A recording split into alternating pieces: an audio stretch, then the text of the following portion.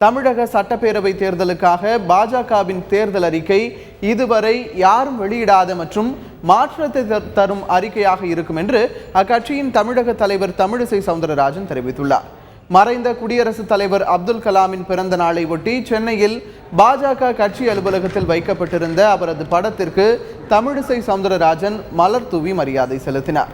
பின்னர் செய்தியாளர்களிடம் பேசிய அவர், முதலமைச்சரின் கொடநாடு பயணத்தால் தமிழக மக்களின் இயல்பு வாழ்க்கையில் எந்த பாதிப்பும் ஏற்படாமல் பார்த்து கொள்ளப்பட வேண்டும் என்று கூறினார். சட்டப்பேரவை தேர்தலுக்கான பாஜகவின் தேர்தல் அறிக்கை தயாரிக்கும் பணி விரைவில் மேற்கொள்ளப்பட இருப்பதாக தெரிவித்த தமிழிசை, பாஜகவின் தேர்தல் அறிக்கை இதுவரை யாரும் வெளியிட்டிராத வகையில் இருக்கும் என்றார்.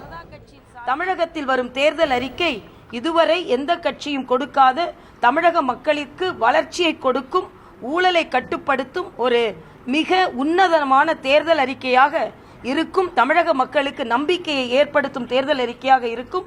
பீகார் தேர்தல் முடிந்தவுடன் எங்களது அகில பாரத தலைவர்கள் தமிழகத்திற்கு வர இருக்கிறார்கள். அதனால் தமிழகம் நிச்சயமாக ஒரு மாற்று சக்தியாக பாரதிய ஜனதா கட்சி உருவெடுத்து நாங்கள் ஒரு மிகப்பெரிய தாக்கத்தை இந்த தேர்தலில் ஏற்படுத்துவோம்.